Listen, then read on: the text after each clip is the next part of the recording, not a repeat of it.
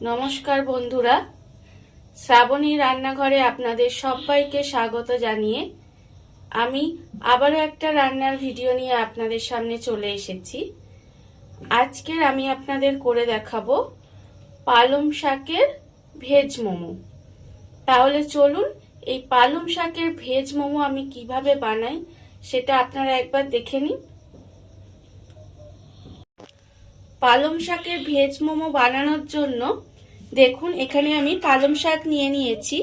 আর পালং শাকের কিন্তু পাতাগুলো, কচি যে পাতাগুলো, সেই পাতাগুলো নিতে হবে। আর প্রথমে এই পাতাগুলো নিয়ে আমি পালং শাকের পাতাগুলো বেটে নেব। দেখুন আপনারা, পালং শাকটা আমি বেটে রেখেছি। এটা আমি শিলে বেটেছি, কারণ যে কোনো জিনিস শিলে বাটলে তার স্বাদই আলাদা। আপনারা চাইলে কিন্তু এটা মিক্সিতেও বেটে নিতে পারেন। আমি পালং শাকটা এখানে বেটে রেখেছি।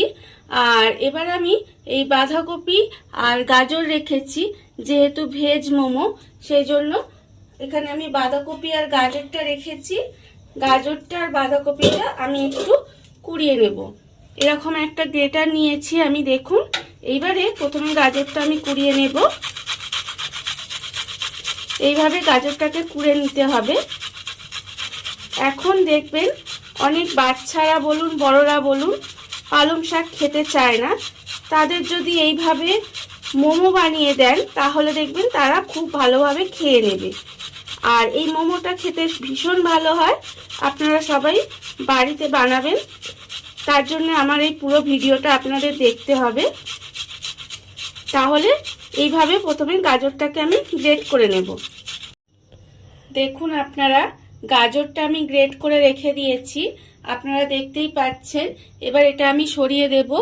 এবারে আমি দেব বাঁধাকপিটা। বাঁধাকপিটাও আমি কিন্তু একইভাবে এটাকে এইভাবে গ্রেট করে নেব। দেখুন বাঁধাকপিটাও কিন্তু আমি এইভাবে গ্রেট করে নেব। বাঁধাকপিটা আমি দেখুন গ্রেট করে নিয়েছি। এবারে আমি এটা সরিয়ে দেব। এবারে আমাকে কিন্তু যে মোমোর যে ডোটা সেটা আমি বানিয়ে নেব। তার জন্য আমি এরকম একটা বাটি নিয়ে নিয়েছি। আর নেব আমি এখানে, দেখুন আমি ময়দা রেখেছি এক বাটি। সেই ময়দাটা আমি পুরোটা নিয়ে নেব।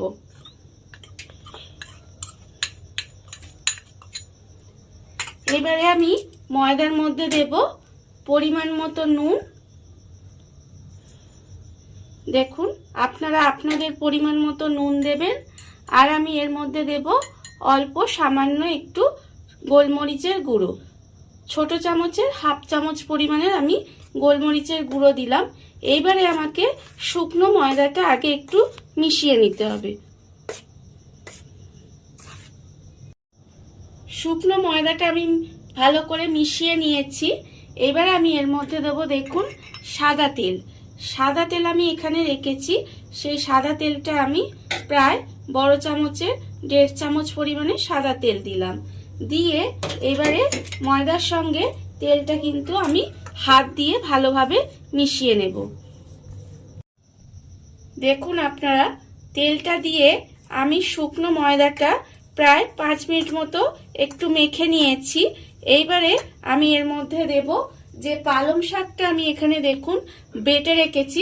সেই পালং শাকটা, এতে কিন্তু আমি জল দিয়ে মাখবো না, এই পালং শাক বাটাটা দিয়েই আমি কিন্তু ময়দাটা মাখবো।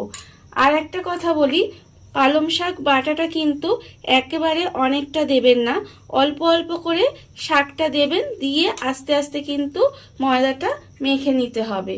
একেবারে অনেকটা দিয়ে দিলে কিন্তু ময়দাটা পাতলা হয়ে যেতে পারে, আপনারা বুঝতে পারবেন না। তাই আমি এরকম অল্প অল্প বাটা শাকটা দেব আর ময়দাটা ভালোভাবে মেখে নেব। এইভাবে আমাকে কিন্তু ডোটা বানিয়ে নিতে হবে। দেখুন বন্ধুরা, পালং শাক বাটা দিয়ে ময়দাটা আমি মেখে নিয়েছি, আপনারা দেখতেই পাচ্ছেন। ময়দাটা কিন্তু আমার খুব যে একদম নরম সেরকমও হয়নি, আবার একদম যে শক্ত সেটাও কিন্তু হয়নি। দেখুন মাঝারি করে আমি এইভাবে কিন্তু ময়দাটা, দেখুন এইরকম ভাবে আমি কিন্তু মেখে নিয়েছি। খুব শক্তও মাখা হবে না, আবার একদম নরমও মাখা হবে না।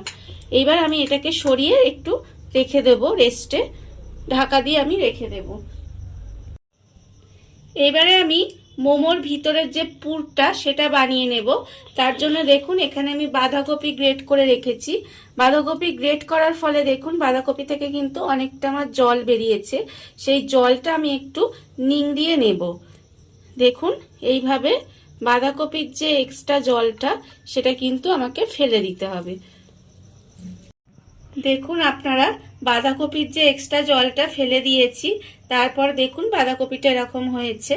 এইবারে আমি গাজরটাকেও একইভাবে, গাজরেরও কিন্তু এক্সট্রা জল এর মধ্যে আছে, সেই গাজরের জলটাও কিন্তু আমাকে ফেলে দিতে হবে। এইভাবে গাজরের জলটাও আমি ফেলে দেব। দেখুন আপনারা গাজর থেকেও যে এক্সট্রা জলটা আমি সেটা ফেলে দিয়েছি, দিয়ে এইভাবে কিন্তু গাজরটা আর বাঁধাকপিটা হয়েছে। আমি এক্সট্রা জলটা ফেলে দিলাম তার কারণ আমি যদি জলটা না ফেলে দিই তাহলে কিন্তু পুরটা বানানোর পর এর থেকে জল কেটে যাবে, আর পুরটা তখন কিন্তু মোমোর ভিতরে দিলে খেতে কিন্তু বাজে লাগবে। সেই জন্য কিন্তু জলটা আপনাদের বের করে দিতে হবে। এইবারে আমি এই অবস্থায় এর মধ্যে যে মশলাগুলো দেব, প্রথমে আমি দেব, দেখুন এখানে আমাকে পরিমাণ মতো নুন দিতে হবে। আমি আমার আন্দাজ মতো নুন দিচ্ছি, কারণ মোমোর যে ডোটা আছে তার মধ্যে নুন দেওয়া আছে, সেটা বুঝে কিন্তু নুনটা দিতে হবে। এর মধ্যে আমি নুনটা দিয়ে দিলাম আমার আন্দাজ মতো, আপনারা আপনাদের আন্দাজ মতো দেবেন। এইবারে আমি এর মধ্যে দেব, দেখুন গোলমরিচ গুঁড়ো। গোলমরিচ গুঁড়ো আমি ছোট চামচের হাফ চামচ পরিমাণেই দিলাম। আর আমি এবার দেব কিন্তু দেখুন পেঁয়াজ কুচি। পেঁয়াজ কুচি এখানে প্রায় ছোট চামচের 2 চামচ পরিমাণে পেঁয়াজ কুচি দিলাম। আর আমি দেব আদা কুচি। আদা কুচি আমার ছোট চামচের 1 চামচ পরিমাণের আমি দিলাম। এবার আমি দেব রসুন কুচি। রসুন কুচিও ছোট চামচের 1 চামচ পরিমাণে দিলাম। এবারে আমি এর মধ্যে দেব কাঁচা লঙ্কা কুচি। কাঁচা লঙ্কা কুচিটা কিন্তু আমি হাফ চামচ পরিমাণে দিলাম। আপনারা কতটা ঝাল খাবেন সেই বুঝে কিন্তু কাঁচা লঙ্কাটা দেবেন।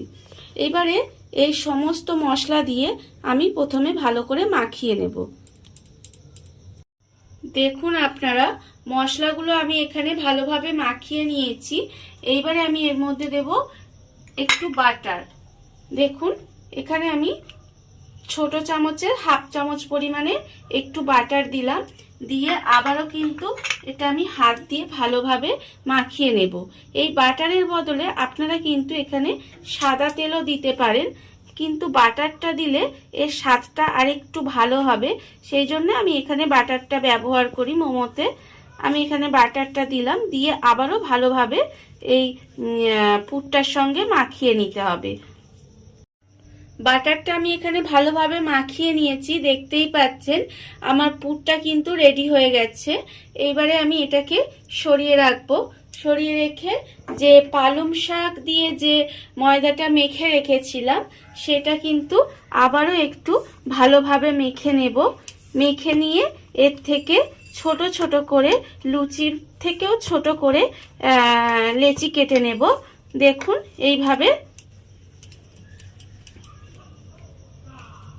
এইভাবে কিন্তু ছোট ছোট আমার লেচিটা হবে মোমোর জন্য।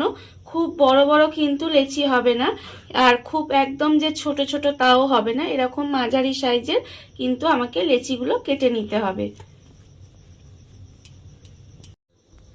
দেখুন আপনারা এখানে লেচিগুলো আমি কেটে রেখেছি। এইবারে আমি এই লেচিগুলো থেকে পাতলা পাতলা করে একটু ময়দা নিলাম, অল্প সামান্য একটু ময়দা নিলাম, নিয়ে পাতলা পাতলা করে কিন্তু লুচির মতো আমাকে প্রথমে এইভাবে বেলে নিতে হবে। দেখুন এইভাবে আমাকে আস্তে আস্তে লুচির মতো করে কিন্তু মোমোগুলোকে বেলে নেব। দেখুন আপনারা এইভাবে কিন্তু আমাকে লুচির মতো করে গোল করে এইভাবে এটাকে বানিয়ে নিতে হবে। আর বানানোর সময় এটা কিন্তু খুব পাতলাও হবে না, আবার কিন্তু খুব মোটাও হবে না। এইভাবে কিন্তু এটাকে বেলে নিতে হবে। এইবারে বেলে নিয়ে আমি অল্প অল্প করে পুর এর মধ্যে দেব। দেখুন এইভাবে অল্প অল্প করে এর মধ্যে পুর দিলাম, দিয়ে এবারে যে কোনো মোমোর শেপে কিন্তু এটা আপনারা বানিয়ে নিতে পারেন। আমি একটা খুব সহজ ভাবে কিভাবে মোমো বানাবেন সেটা আপনাদের একবার দেখিয়ে দিচ্ছি, আপনারা দেখে নিন। আর আপনারা আপনাদের ইচ্ছা মতো কিন্তু এর শেপ দিতে পারেন। আমি একটা সহজ পদ্ধতি আপনাদের দেখিয়ে দিচ্ছি। এইভাবে কিন্তু ভালোভাবে এটাকে মুড়বেন। দেখুন এইভাবে সুন্দর করে মুড়তে হবে, পিঠের মতো করে মুড়ে নিয়ে এইবারে এই দুটোকে এইভাবে জুড়ে দিতে হবে। জুড়লেই কিন্তু সুন্দর দেখতে একটা মোমো আপনাদের সামনে রেডি হয়ে গেল। দেখুন এবারে এটাকে আমি রেখে দেব।